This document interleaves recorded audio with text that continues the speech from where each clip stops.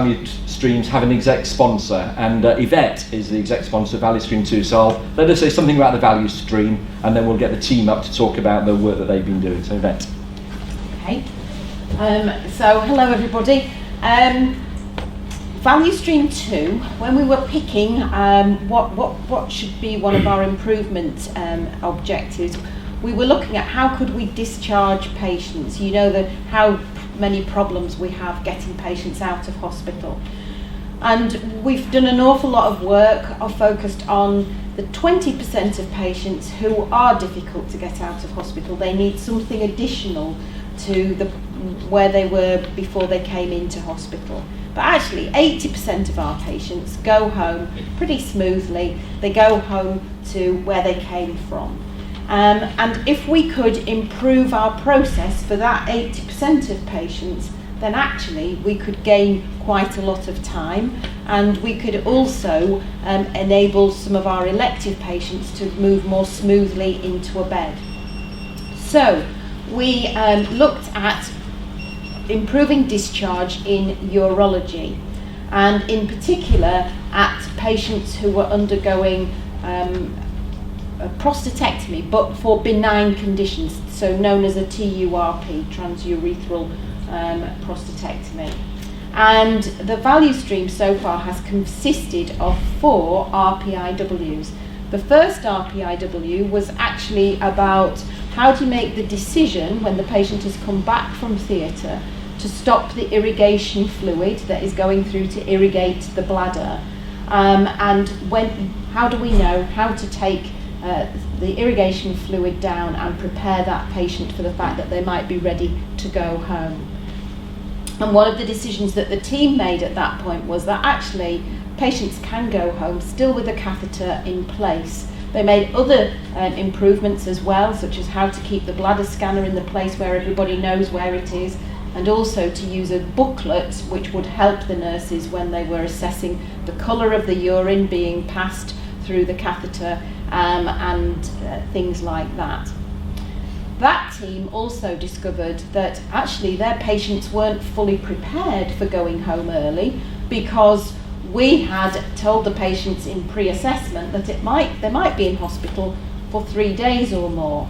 So the next RPIW was actually about making sure that the patients were properly prepared for surgery when they came in, and also to make sure that the patients didn't have to wait such a long time for surgery, that they went through pre-assessment several times, and they were able to improve that process very significantly and reduce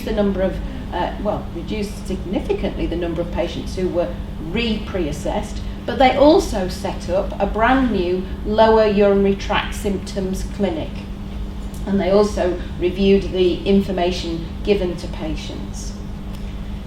The next RPIW was actually about a subject that we're going to hear more about from L24 and L25 as well, because it was about EDANs. And once we've made the decision for the patient to go home, how do we make sure that we get everything ready for them to go home quickly? And then finally, this RPIW that they're reporting out about now was actually for those patients who've gone home with a catheter in situ. How do we make sure that for their experience that they get a prompt and reliable, good service for having their catheter removed? So that was just a bit of an introduction to the value stream for those of you who are not so familiar with it. And so now we'll hand over to the team to tell us about their progress.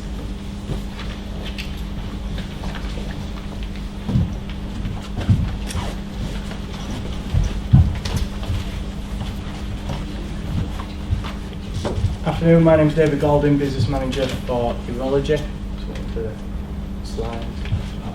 What was it on there? Keyboard, just under there.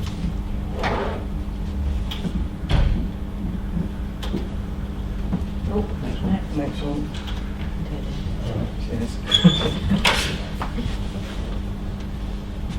We missed a slide there. Right. So, the aim of our RPIW was the right intervention at the right time, in the most appropriate place, performed by the most appropriate team, getting it right first time.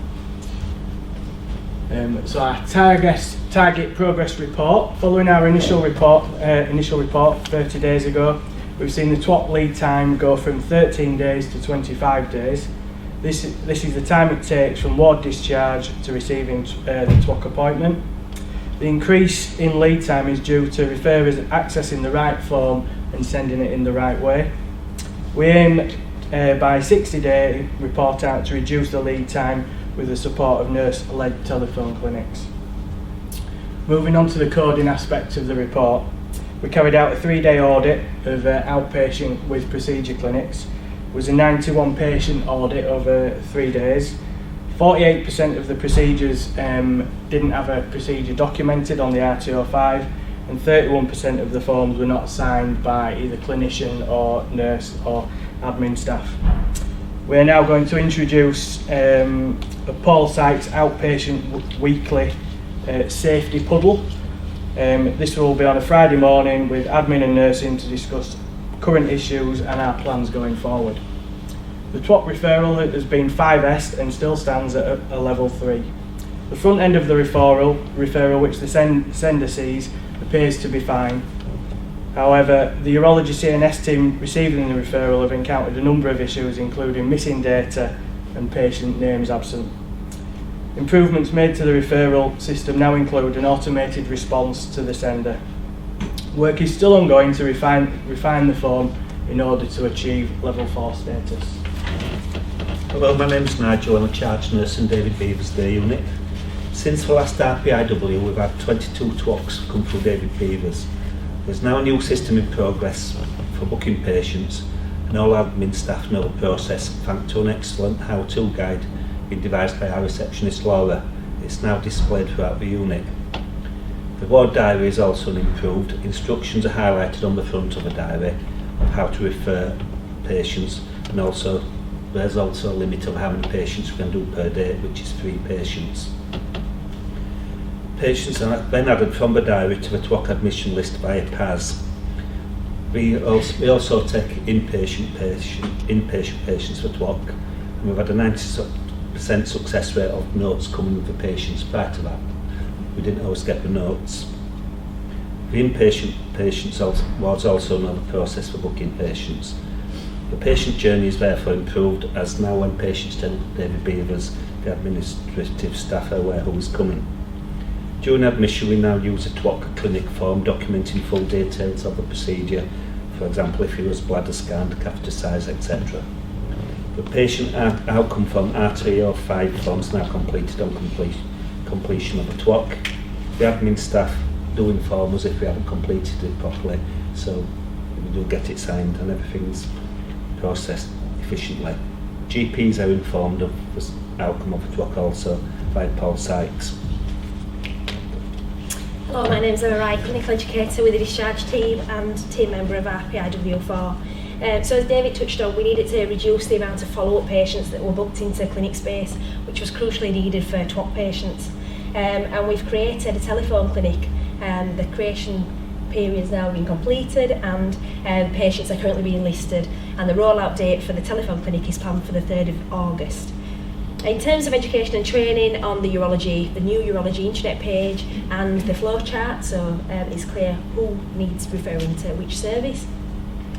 We did target the high usage areas first, with use of posters, actual talking to ward staff and demonstrating the process to ward staff on the wards. Getting the message across to a wider audience, we've done trust comms, social media, we've attended matrons and social and sisters meetings, and it's been added to the trust discharge training PowerPoint. We've also got future dates planned for patient care and safety day and acute med patient care and safety day. The awareness and usage of the TWOC booklet, so the patient information booklet, has also increased, and that's resulted in patients being more aware of our process and actually what to expect when they come to their TWOC visit.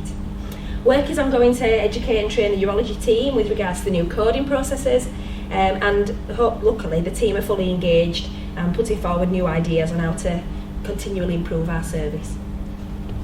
Hello, my name is Crystal, team member of this RPIW. The barriers of this process is that the old referral process had a sudden end as the system broke, so referrals may have been missed. Communication around clinic times versus expectations has also been a barrier. Getting everybody on board with the changes covering both nursing and medical staff has also been an issue.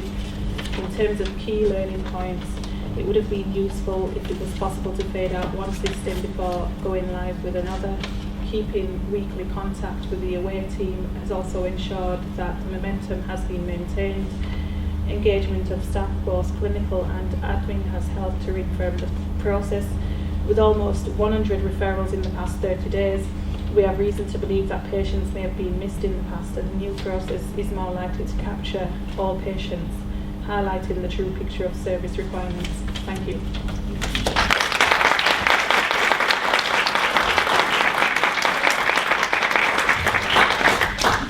I think what we might do, thank you very much, it's really good to hear the progress that you've made, but I think we've decided to change the format a little bit so that we take questions as each team presents, so that it helps the flow. So, any questions for the team?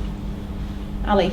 Hi, I'm Ali Packnell, I'm a consultant in Mexico people. Great work, and I think there's probably even wider benefits that you may not even have picked up. So for us discharging older people with a catheter, a significant district nursing time, and if you shorten the amount of time a patient has a catheter in the community, you've pretty much halved it, and you'll have had massive impact on district nursing input, and there's crises in district nursing, and that's often a barrier for us even getting a patient out of hospital with a catheter.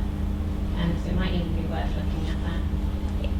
In terms of education, I think we highlighted actually that there is a community service that do provide TWOCs, but it was having an impact on the Paul Sykes service because the wrong patients were being referred.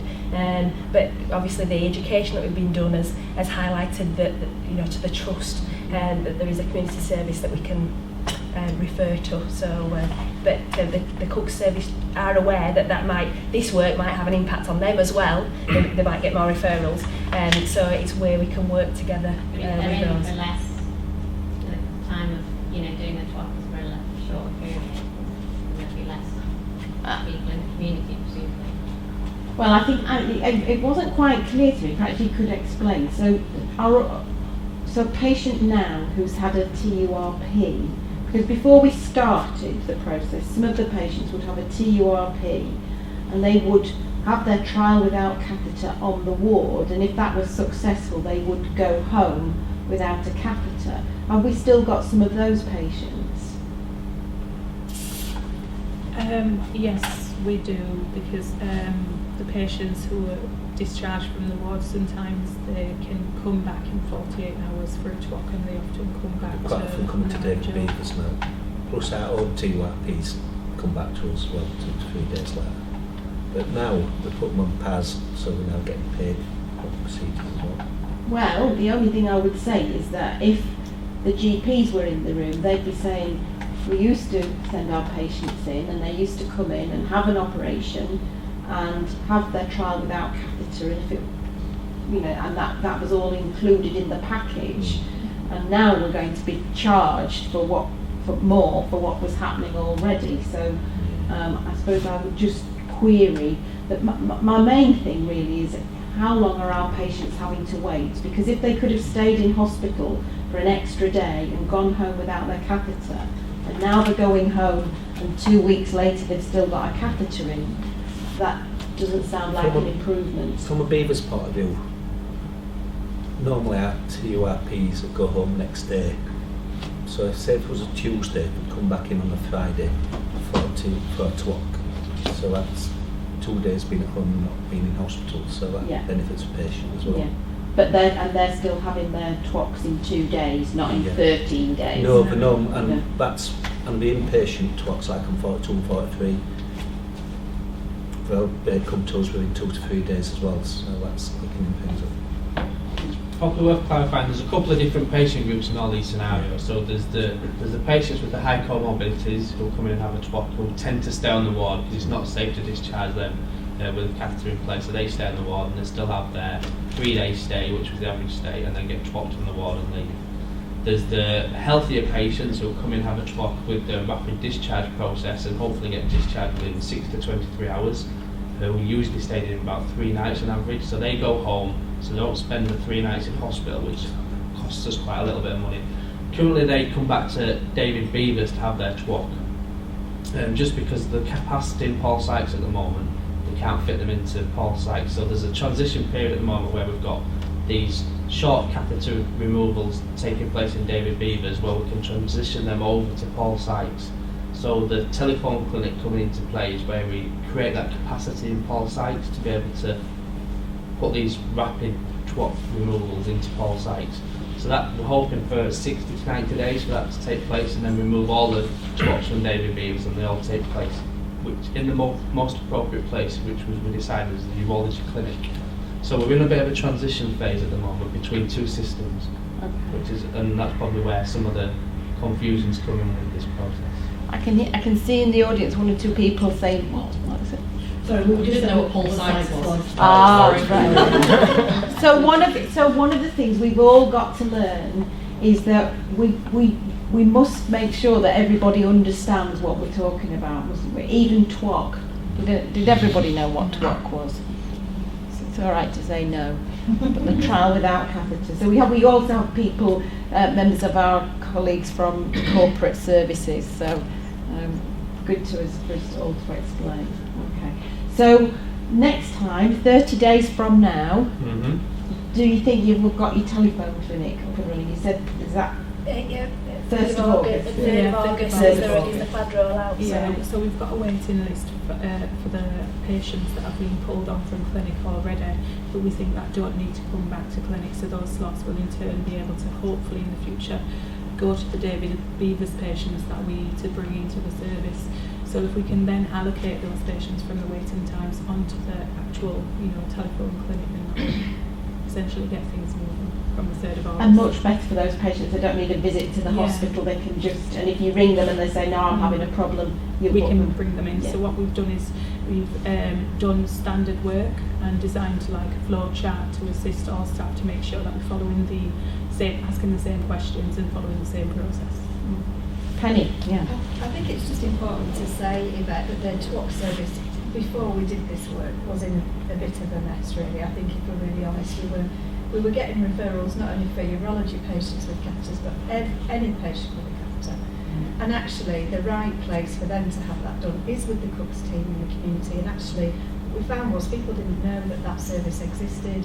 That service wasn't particularly busy, as I understand, or could have been busier. And actually, it is really about right patient, right time, and that all our patients for urology that have had a catheter on should come back to the Paul Sykes Centre. Ultimately, they're coming back, some of them to David Beavers at the moment. But actually, the right place, the right time, with the specialist nurses and the consultants in there to have the right TWOC at the right time, I think, and really kind of selling that service, the Cook service as well, that there is another service that exists for kind of more general patients in the community. And I think there's been a lot of learning for everybody in this about what. So that's the community urinary catheter service, is it? Colorectal urology and incontinence service. Did you know that existed?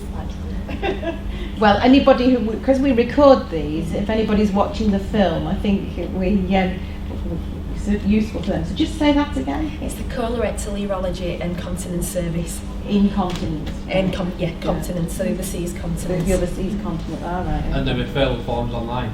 Yes, absolutely. That's like I say, that highlighted that it's the most appropriate patients for Paul Sykes, whereas before it was every patient, like Penny said. And I think Emma and her team are going to go out and do some trust-like communication with us, because with patients with catheters in lots of different areas, neuro, orthopedics, medicine, and to try and make sure that everybody knows that process. It is now on the website, the stuff on the website we've done is really good. We would just say that we send our patients to you. Yeah, I obviously don't need to.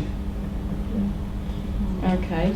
So I mean, every day for a patient without a catheter, that if they don't need one, is a better day, not just from the physical and personal feeling, but actually their risk of infection is reduced. But okay, Liz. Hi, I'm Liz from Pharmacy. It's great work, and I'm just wondering if you have any insight into what the patients are saying to you, because as a patient coming, you don't know things have changed around you. You just accept the process and you come into it. And I just wondered if you're hearing anything different from your patients? What we've done, only in terms of the telephone follow-up clinic really, we've given them that option of either coming back to clinic or having the telephone follow-up. The majority of patients, I can see my colleague nodding in the back because she's involved in the clinic.